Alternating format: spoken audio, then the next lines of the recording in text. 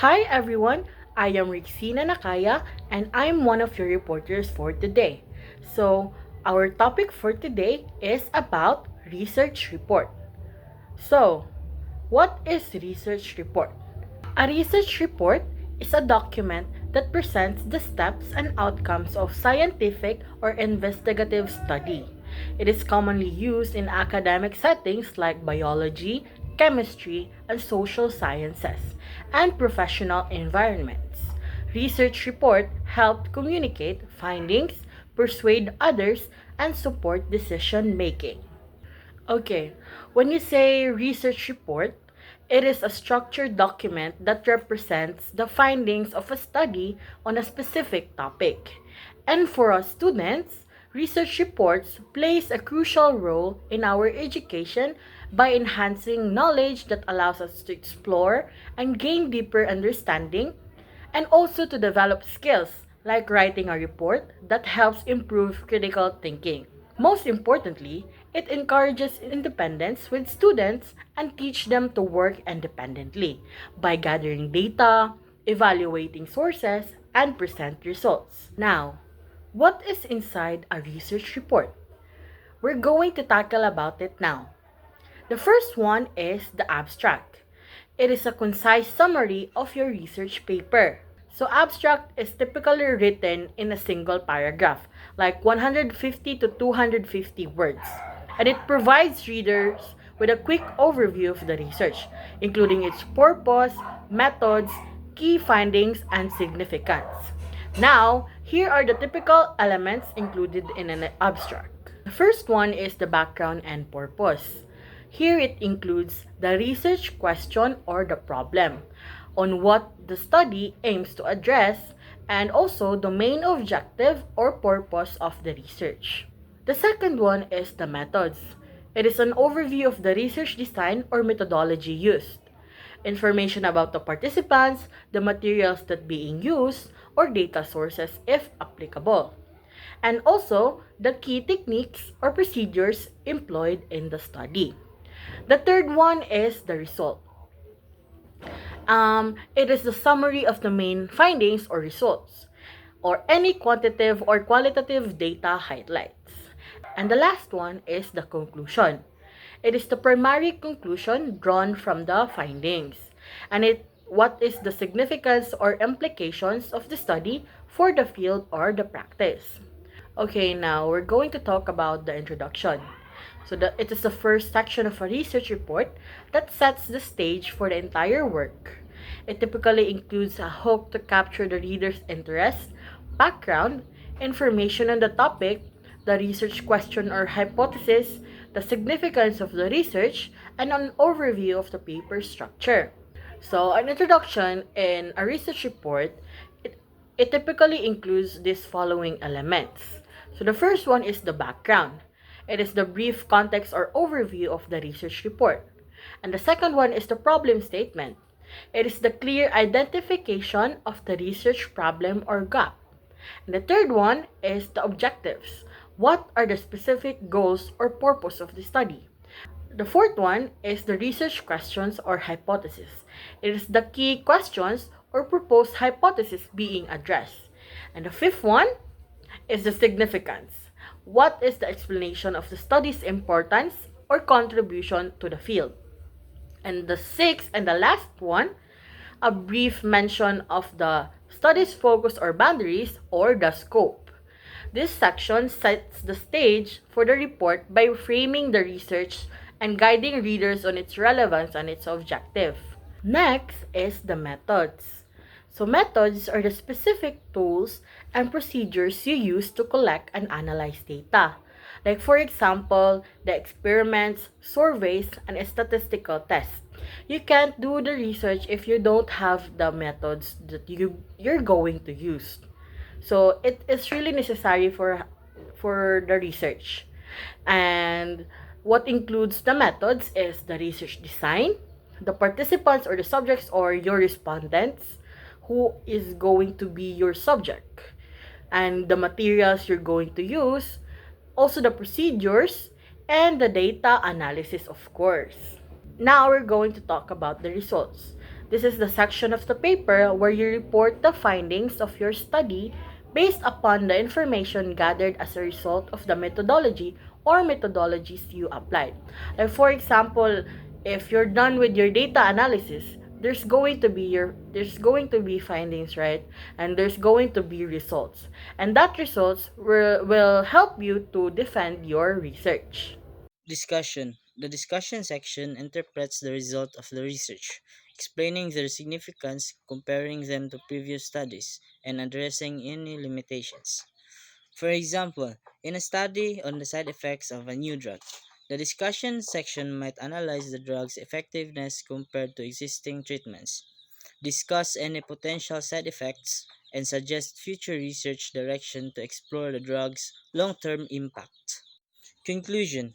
The conclusion section summarizes the research findings, highlighting key points and emphasizing the significance of the research.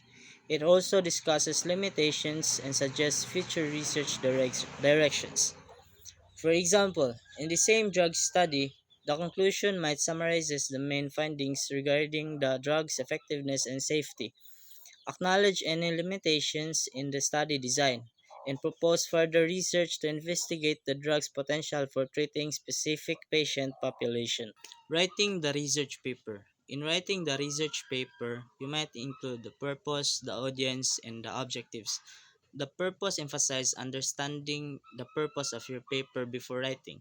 Consider whether it's for academic requirements, a conference, or to prove a hypothesis. This will guide the level of detail and background information to include. If your research paper is for a scientific journal, you will need to provide a detailed explanation of your methods and results, along with a thorough literature review. However, if you are writing a paper for a conference presentation, you might focus on presenting your key findings and their implications in a more concise and engaging way. While in the audience, assess how familiar your audience is with your paper and your research methods to determine how much explanation is necessary, including whether diagrams or tables are needed. If you are writing for a general audience, you might need to provide more background information and definitions than if you are writing for a specialized audience of experts in your fields. While in the objectivity, the paper should be objective and impersonal, avoiding conversational language and personal references, focusing instead on the study itself. Avoid using informal language or personal anecdotes in your research paper. Instead, focus on presenting your findings in a clear, concise, and objective manner. Steps in writing the research report.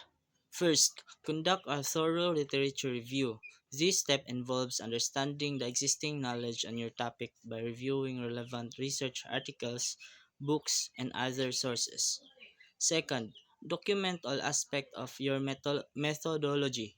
This step involves clearly outlining the methods used in your research, including materials, equipment, and data collection procedures. Third, draft the body section, including methods, results, and discussion. This step involves writing the main sections of your report, presenting your findings, and discussing their significance. Fourth, write the conclusion and introduction.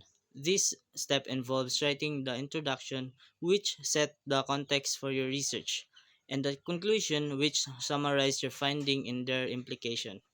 Fifth, write the abstract, which summarizes the key points.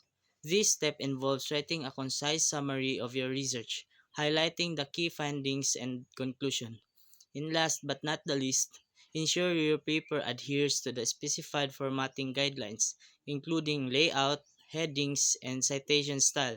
This step involves ensuring that your paper meets the formatting requirements of the journal or conference where you are submitting it.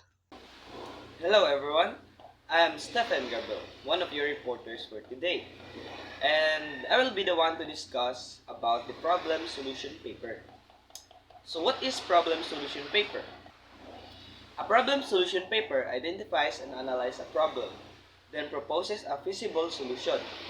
The analysis helps frame the problem and provides a foundation for the solution, which should be supported by the facts, details, and examples to persuade the reader that the problem is significant and the solution is practical and effective.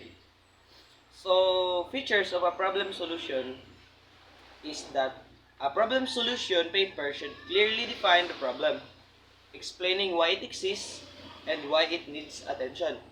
Some problem may seem obvious, but others may require convincing. After identifying and describing the problem, present your proposed solution and justify why it's the most feasible.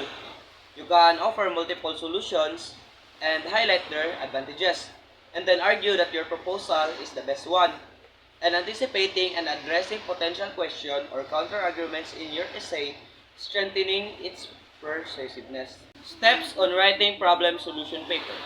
So first one is deciding on a topic. So deciding on a topic is very crucial for writing problem solution paper. The next one is brainstorming and explore different solutions. So it is okay to have multiple solution, but you need to pick the best one out of them all. The third one is deciding on how you will organize your paper, and the last one is introduction, body, and conclusion. Writing the problem solution paper. So first, your purpose for writing should be clear. So no need to put some unnecessary something on your paper. You should only put the important details that the reader or that the proposed person wants. Next is determine who will read your proposal. And then analyze the problem and your proposed solution. So it is important that you analyze the problem so that you can generate a specific solution or the best solution out there. And the last one is what is the mode of delivery of your paper. Now let's proceed to documentation. Documentation in research writing, it means showing where you get source information that is not your own. It is different from the common documentation we know where we take pictures only. And in documentation, we must remember the following. You do not need to document the source of information that most people may already know and information that is found in general references. Next is correct and consistent documentation or acknowledgement of sources includes in-text citation. This means naming the author by using signal praise or writing the author and publication year of the source when you use material that is not originally yours. And about in-text citation, it will be discussed further in the next slides. And when do we need to acknowledge the source? When we use material that has been quoted directly from your source, remember that you need to quote accurately from the words used down to its punctuation marks. And note that a research writing blends your ideas with information from other sources. Those we need to acknowledge and cite the sources properly. Now what happens if we are unable to properly cite and acknowledge the sources of our work? Yes, this will lead to plagiarism. Plagiarism is when you use someone else's ideas and pass them off as your own without proper documentation. Plagiarism is considered a serious offense and it does not distinguish between intentional and unintentional plagiarism. This means that even when you say that it wasn't your intention and you didn't know of the previous work, it will be still at your fault. The following are the different types of plagiarism that you should know and avoid. The word-for-word plagiarism, which is the copying the original verbatim without citing the source. Paraphrase plagiarism, merely substituting original words with synonyms or altering sentence patterns. Mosaic plagiarism, lifting phrases from the original text and patching them into new sentence patterns. Next is source plagiarism, citing only the original source of a material quoted by another source. Incomplete citation, citing the source for only part of the copied passage. The most common here is the word-for-word plagiarism, which is existing in schools wherein we copy from our classmates' works, and of course we do not cite the source because it is not allowed. And next is the Incomplete citation. Um, Remember that there is a pattern or style that we must follow in citing the sources. So if we make a mistake in citing the source, then it is also considered as plagiarism. Uh, Plagiarism can lead to many penalties, from failing grade, suspension, and even expulsion. It was also stated in our student handbook that plagiarism is a serious offense in our institution and is punishable as such. For example, um, there was a case of a magna cum laude in March 2022 in a certain university in Camarines Sur, which was criticized in social media for plagiarizing his graduation speech from a previous cum laude from a previous cum laude in Far Eastern University in 2019, and it received negative feedbacks or comments from the netizens, and it has somewhat damaged his reputation. Next is documentation styles. And I think we learned this in our high school years, and three of the most commonly used methods for citation are the Modern Language Association, the American Psychological Association, and the Chicago Manual of Styles.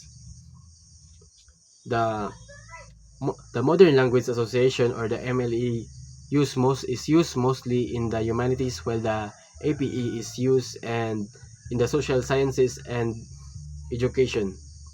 To easily distinguish them, it is important to remember that the MLE in the MLE for its intake citation uses the author page number style, while the APE uses the author date style.